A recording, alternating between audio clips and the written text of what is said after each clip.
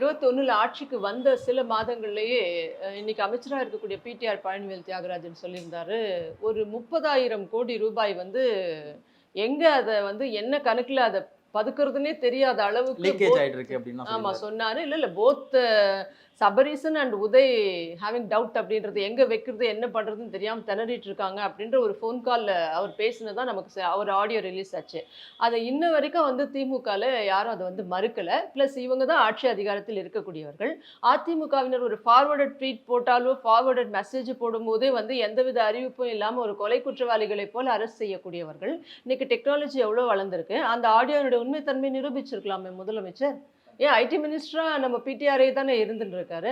அவங்களே இது நான் இல்லைன்றது நிரூபிக்கல. ஸோ யாரும் அப்போ வந்து அது உண்மைன்றது கைப்புண்ணுக்கு கண்ணாடி எதற்குன்ற அளவுக்கு தெளிவா இருக்குது அது. ஸோ அந்த வகையில் அப்பவே அவர் சொன்னாரு. லீக்கேஜ் ஆகுது. இவங்க வந்து இத்தனை ஆயிரம் கோடிகளை வந்து பதுக்க பார்க்கிறார்கள். அதுக்கு வழி தெரியாம திணறிக்கிட்டு இருக்காங்க அப்படின்னு. ஸோ இன்னைக்கு நம்ம அதனுடைய செயின் லிங்கா அதை பார்த்துட்டு வந்தீங்கன்னா உங்களுக்கு நல்லா தெரியும்.